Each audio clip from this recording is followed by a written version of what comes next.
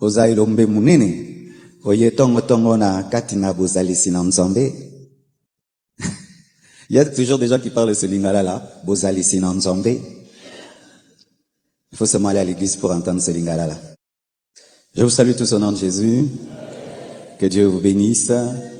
Que ces matins soient des matins d'exaucement, de puissance, de miracles. Au-delà de ce que nous pensons et au-delà de ce que nous demandons. Je salue ceux qui sont dehors. Alléluia. Tenez bon. Et ceux qui sont dans le site 1, qu'on va pas entendre, tenez bon, et tous ceux qui nous suivent de par le monde. Que Dieu bénisse. Merci à tous les hommes de Dieu qui nous ont honorés de leur présence ce matin. I'm so blessed to see you this morning. Mais connais en anglais ma casse, hein. Et il y a un mot quand ça parle en langue. Amen. Nous sommes debout, nous allons lire la parole du Seigneur. Le thème de mon message, les gens m'ont dit, pasteur, mais c'est pas dans le thème. Oui, c'est pas dans le thème, mais c'est dans l'esprit. Pour tous ceux qui suivent l'internet, ils connaissent le thème principal, c'est le premier amour. Et ce thème, nous l'avons donné avant le décès de Maman Blanche. Et donc, entre-temps, le Seigneur aussi m'a enseigné beaucoup de choses. Donc, 2 ou 3, comme j'ai 8 prédications, je vais parler des 30 choses que j'ai apprises au travers de la souffrance. Et mes 5 autres interventions, je parlerai du premier amour, qui est notre thème principal. Et donc, les orateurs parleront du premier amour, mais pour ma part, je vais parler 3 cultes comme ça. Et nous allons parler sur le thème principal parce que je suis sûr que Dieu va aider quelqu'un qui est passé par la souffrance et qui passe par la souffrance. Alléluia. 30 choses que j'ai apprises au travers de la souffrance. Mais j'ai appris même 1000 choses. Mais là, j'ai résumé. Un jour, ce sera un livre, l'école de la souffrance. Jean 13, versets 1 à 7. Ce verset m'a été donné par le pasteur Dominique Ngoï dans les temps difficiles et hier par l'apôtre Wallo Mutsenga qui est venu chez moi jusqu'à 0 heure comme un prophète de Dieu. Jean 13, versets 1 à 7. Avant la fête de Pâques, Jésus, sachant que son heure était venue de passer de ce monde au Père et ayant aimé les siens qui étaient dans le monde, mit le comble à son amour pour eux. Pendant le souper, lorsque le diable avait déjà inspiré au cœur de Judas Iscariote, fils de Simon, le dessein de les livrer, Jésus, qui savait que le Père avait remis toutes choses entre ses mains, qu'il était venu de Dieu et qu'il s'en allait à Dieu, se leva de table, ôta ses vêtements et prit un linge dont il se ceignait. Ensuite, il versa de l'eau dans un bassin et il se mit à laver les pieds des disciples et à les essuyer avec le linge dont il était saint. Il vint donc à Simon-Pierre, et Pierre lui dit, « Toi, Seigneur, tu me laves les pieds. » Jésus lui répondit, « Ce que je fais, c'est ça le verset principal, ce que je fais, tu ne le comprends pas maintenant, mais tu le comprendras bientôt. » Tu peux dire ça à ton voisin de derrière, ton voisin qui te sourit. S'il te sourit pas, tu ne lui parles pas. Deuxième passage, Hébreux 5, versets 7 à 8. C'est lui qui, dans les jours de sa chair, ayant présenté avec des grands cris et avec des prières et des supplications à celui qui pouvait le sauver de la mort et ayant été exaucé à cause du verset principal 8, a appris, bien qu'il fût fils, l'obéissance par les choses qu'il a souffertes. Même si tu es fils, tu n'es pas exempté d'apprendre au travers de la souffrance. Prenez place, s'il vous plaît.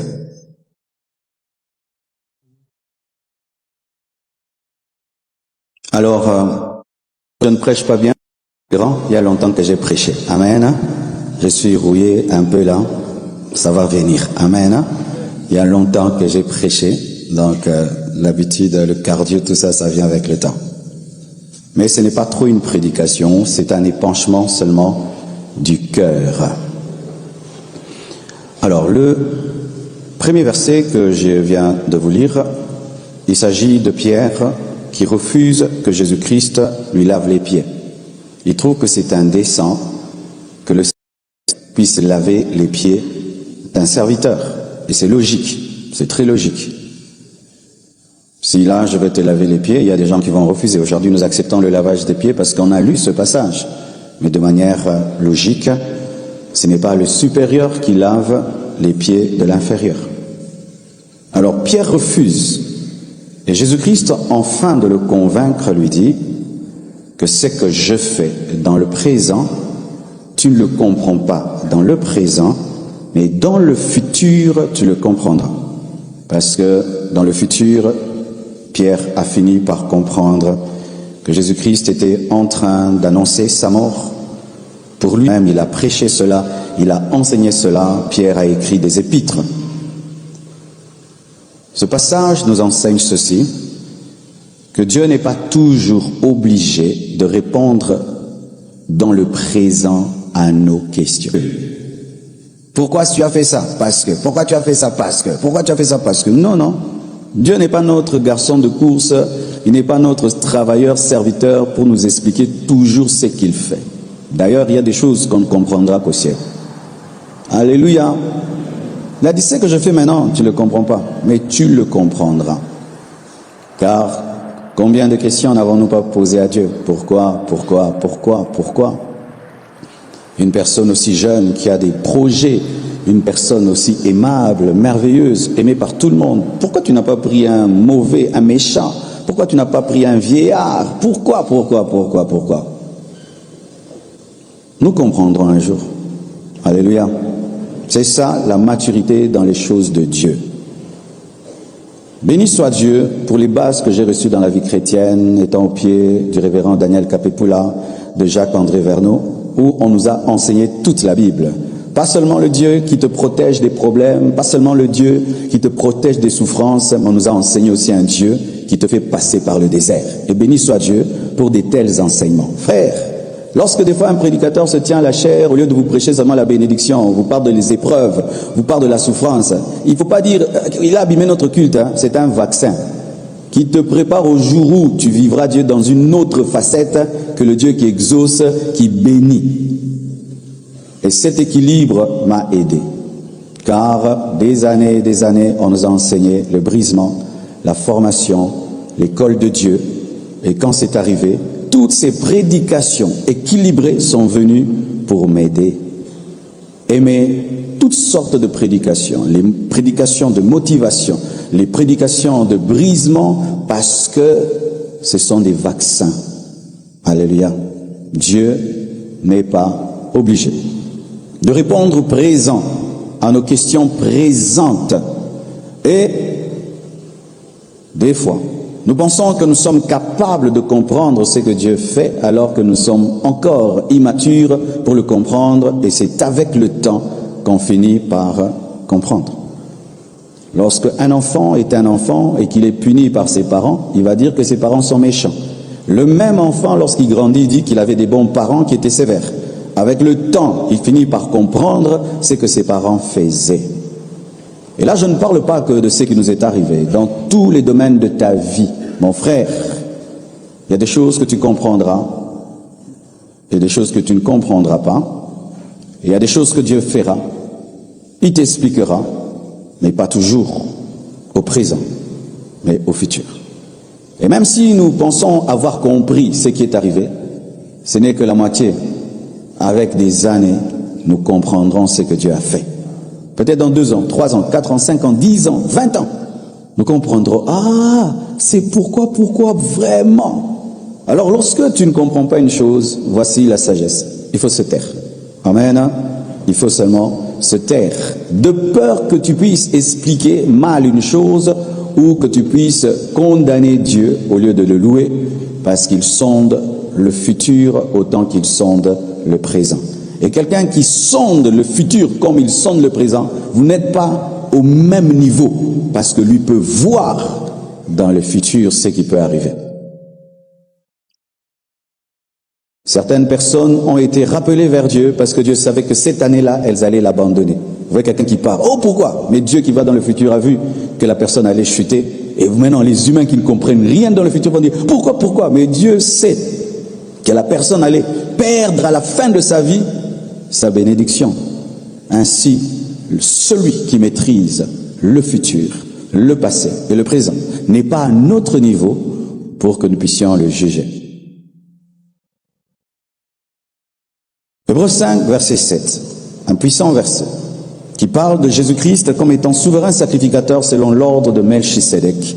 Ça prouve l'élévation de Jésus-Christ, Hébreux 5, verset 7. Mais qu'est-ce que la Bible nous dit? Qu'au temps de la chair de Jésus-Christ, c'est-à-dire que lorsqu'il était il était homme, lorsqu'il priait en pleurant, il priait avec des cris, avec des larmes, des supplications. Et il avait appris, bien qu'il fût fils de Dieu, sans péché, l'obéissance par les choses qu'il a souffertes. Jésus-Christ sur la terre a appris à obéir au Père au travers de la souffrance. Et qui sommes-nous pour ne pas apprendre à obéir à Dieu au travers de la souffrance? Nous nous disons chrétiens que je suis Jésus, Jésus est mon modèle. Amen. Oui, quand il fait des miracles, il est ton modèle. Quand il te bénit, il est ton modèle. Mais il est aussi ton modèle par l'apprentissage de l'obéissance au travers de la souffrance. Tout chrétien, un jour, c'est pas toujours par un décès, de plusieurs manières au travers d'une épreuve, connaîtra la formation au travers de la souffrance. La souffrance est une école de Dieu, par laquelle Jésus-Christ est passé, et par laquelle tu passeras aussi d'une manière ou d'une autre. Et je vous dis, ce que nous apprenons par la souffrance reste gravé dans les cœurs. Si tu viens voir mes notes ici, tu vas rire. Ce ne sont que des points. Je n'ai pas eu besoin d'étoffer ma prédication. Pourquoi? Elle est dans mon cœur, elle est dans ma vie. Je n'ai qu'à prendre ici et prêcher. Il y a des temps dans ta vie, Dieu t'enseignera par la bénédiction. Il t'enseignera par l'exaucement. Il t'enseignera par les miracles. Mais un jour, il t'enseignera par la souffrance. Même Jésus l'a vécu. Et tu n'es pas plus que Jésus. Il n'y a pas de disciple qui soit supérieur à son maître. Tellement de versets remplissent la Bible que nous pensons être des versets théoriques, jusqu'à ce que ce verset te rencontre et tu te rendes compte que la Bible est la Bible. 30 choses que j'ai apprises au travers de la souffrance. Premièrement, que tout est vanité. Tout est vanité de vanité. Bien aimé, quand la Bible te dit tout est vanité de vanité, c'est vrai. Je le savais, je le prêchais, mais je l'ai su davantage. Lorsque j'ai vu les maisons qu'elle a laissées, lorsque j'ai vu les vêtements qu'elle a laissés, lorsque j'ai vu les sacs de marque qu'elle a laissés, lorsque j'ai vu les chaussures de marque qu'elle a laissées, lorsque j'ai vu les enfants qu'elle a laissés, le mari qu'elle a laissé, rien de tout cela ne l'a accompagnée dans sa tombe. Rien de tout cela. Elle a porté une robe qu'elle n'a jamais portée de toute sa vie. Tout est vanité. C'est pourquoi l'Église ne doit pas être fondée sur les biens matériels. Nous vous prêchons le succès, nous vous prêchons de devenir grand et tout, c'est bien. Mais toutes ces choses que Dieu vous donnera sur la terre resteront sur la terre. Alors la priorité de votre cœur, ça doit être la croissance de vos âmes et de vos esprits.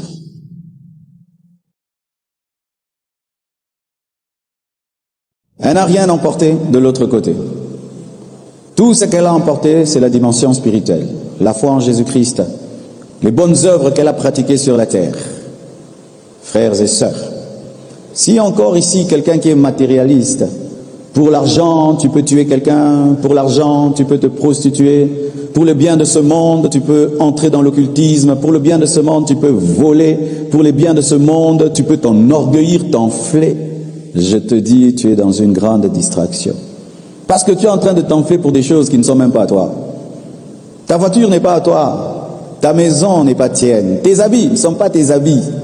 Ce n'est pas à toi. Oh, c'est à moi. Ce n'est pas à toi, frère. Rien que tu as est à toi. Rien. Même pas un bic. Même pas un bic. Même pas un peigne. Même pas un tige coton n'est à toi. Même pas un bouton. Oh, que Dieu nous a humiliés, nous les hommes. Même un bouton, elle n'a pas emporté de l'autre côté. Même un tige coton, elle n'a pas emporté. Même la poudre, elle n'a pas emporté. Rien de cela. Mais regarde comment tu es en train de détruire ta vie. Tu vis dans le vol, tu vis dans le mensonge et dans l'escroquerie. Pour avoir quoi? Des maisons. Pour avoir quoi? Des voitures que tu laisseras. Que tu laisseras. Que tu laisseras. Que tu laisseras. Que tu aies 1000 voitures. 10 000 maisons. En ton nom, tu laisseras. Alors tu es triste parce que tu n'as pas d'argent, tu es triste parce que tu n'as pas de vêtements, tu es triste parce que tu n'as pas. Mais tu ne te réjouis jamais de ta foi en Jésus-Christ, du Saint-Esprit qui est en toi, alors que c'est cela ta vraie richesse. Elle a laissé ses enfants, même les enfants ne sont pas à toi. Mon mari, mes enfants, c'est faux. La seule chose qui est à toi, c'est ta foi en Jésus. Ça c'est à toi. Ça c'est à toi. Ça c'est à toi. Le reste n'est pas à toi. Tout est vanité, mes frères, et poursuite du vent. Alors, lorsque tu es sur cette terre et que tu recherches les biens de ce monde sans rechercher Jésus-Christ et fonder ta vie sur le rocher qui est Jésus, tu es du vent toi-même. Je me dis, si elle n'avait pas donné sa vie à Jésus, si elle n'avait pas servi Dieu, elle aurait vécu pour rien. Comme toi qui m'écoutes, tu vis pour quoi? Matin, soir, l'argent, l'argent. Matin, soir, acheter, acheter, acheter. Et après, quand tu vas mourir, de l'autre côté là-bas, qui seras-tu? Qui seras-tu? Deuxièmement, et j'ai déjà commencé à le dire, et bizarrement, je l'enseignais déjà avant son départ, tout nous est prêté. Tout nous est prêté. Rappelez-vous de l'enseignement que j'ai donné, gestionnaire ou patron. Nous ne sommes pas des patrons, nous sommes des gestionnaires. Amen. Hein? Tout ce que Dieu nous donne n'est pas à nous, il nous prête comme des gérants. Et au temps convenable, il peut retirer. Et il donne à quelqu'un d'autre, il dit, gère pour moi. C'est pourquoi ne vous attachez à rien ici-bas. Ne vous attachez à rien ici-bas. Je vous dis encore, hein, ne vous attachez à rien ici-bas. N'idolâtre pas ta maison, n'idolâtre pas ton mari, n'idolâtre pas ta femme, n'idolâtre pas tes enfants, n'idolâtre pas ton succès, n'idolâtre rien dans la vie. Car ce n'est pas à toi, c'est à Dieu. Et quand Dieu te dit donne, tu donnes. Fais, tu fais. Parce que ce n'est pas ton argent, ce ne sont pas tes maisons, ce n'est pas ta vie, rien n'est à toi. Tout nous est prêté, prêté, prêté. Troisièmement, j'ai appris que des fois, lorsque nous prêchons, nous prédicateurs, nous pensons prêcher aux autres, alors que des fois nous prêchons à nous-mêmes. Quand je revois des choses que j'ai dites, j'ai dit mais je pensais que je prêchais à l'église, mais j'étais en train de me prêcher à moi-même. Il est facile de prêcher aux autres la parole de Dieu, mais lorsque cette même parole vient dans ta vie, c'est alors là qu'on saura si toi-même tu crois en ce que tu prêches. C'est facile de fortifier les autres dans les temps de deuil. Frère, ne pleure pas, courage, courage. Ça t'arrive aussi. Applique la parole que tu as prêchée. Bien-aimé frère prédicateur, il y aura un jour tu prêcheras, mais un jour ta prédication deviendra ta vie. Il y aura un jour tu diras des choses, la persécution, mais un jour tu iras en prison pour le message que tu prêches. Certains sont capables de dire, Jésus, à cause de Jésus, on peut finir en prison. Mais le jour qu'il va en prison pour l'évangile, il fait que se plaindre, alors que c'est ce qu'il a prêché.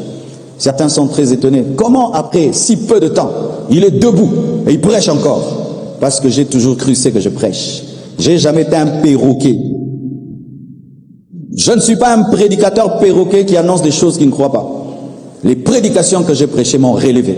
Les enseignements que j'ai annoncés m'ont relevé. Dit, je me le suis dit, et cela m'a relevé. Et s'il y en a qui voulaient que je pleure longtemps, je ne suis pas ce genre de personne-là. Je suis un guerrier, je suis un guerrier, je suis un guerrier, je suis un guerrier. Si toi, tu n'es pas de cette race-là, pas de problème, continue à pleurer. Mais moi, je suis un guerrier, je l'ai toujours été. Le temps que tu passes à pleurer, tu ne verras pas les flèches du diable. Il faut essuyer les larmes pour bien voir. Il faut essuyer les larmes pour bien voir.